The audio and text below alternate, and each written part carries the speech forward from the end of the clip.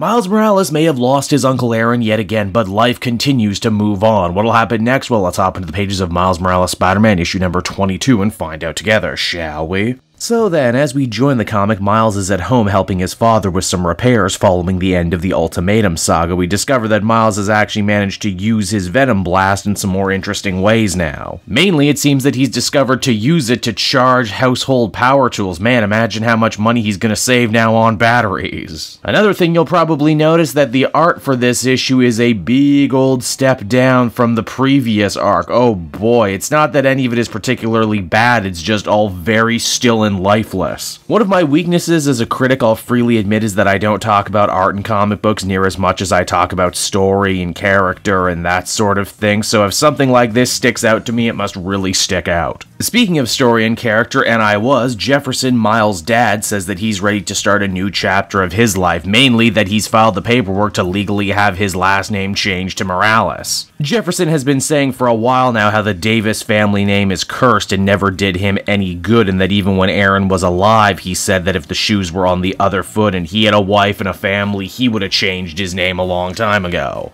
This also, thankfully, hopefully means we're that much further away from Miles ever adopting the name himself and officially becoming Miles Davis. Wow, like Birth of the Cool. I bet that's something Bendis didn't even consider when he created these characters, huh?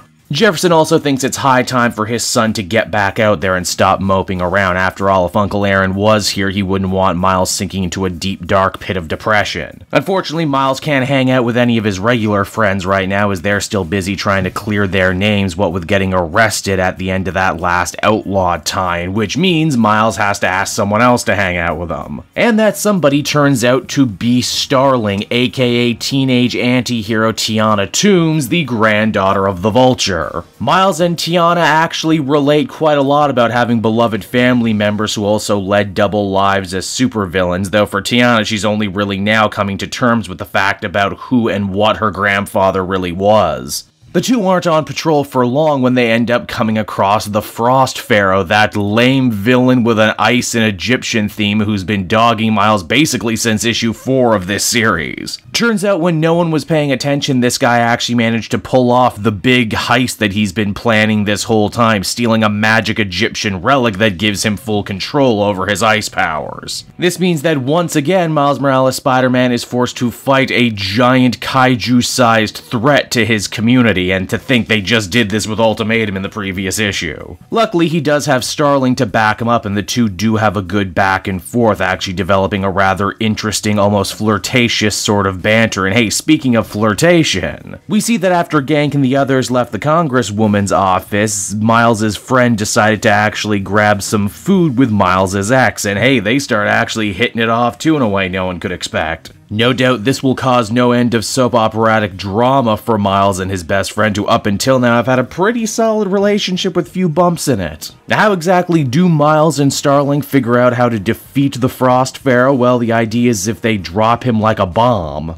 then he should very well be able to shatter the ice where it's at his weakest, which they do, and it ends up paying off dividends. In the afterglow of the victory, too, it's very clear that Miles and Tiana's relationship has hit that very important next step, so much to the point they actually reveal each other's true identities to each other. Why, the two even end up sharing a kiss, too, which officially breaks Miles' romance drought that's been active for the last couple issues. Of course, this is Spider-Man we're talking about here, and nothing can ever stay happy and cheery for long. Miles returns to his dorm only to find Gank waiting up for him. The two need to have a very awkward conversation, but luckily both are saved, as it's at that very moment symbiote dragons from the King in Black story start invading the events of this comic. Be sure to check back next time when we get our official tie-in. And so that was Miles Morales Spider-Man issue number 22, everybody. A perfectly serviceable palate-cleansing issue after the end of the big Ultimatum arc that is unfortunately brought down by some really unfortunate art. It's nice to see not only Miles but his father too actually getting some development as well and continuing to move forward as a character. I'd also probably be remiss too if I didn't mention that today it was officially announced that Miles will be getting his own version of the Clone Saga soon, so be sure to keep your eyes peeled to the channel for that. Overall, though, I'd give this issue a 7 out of 10.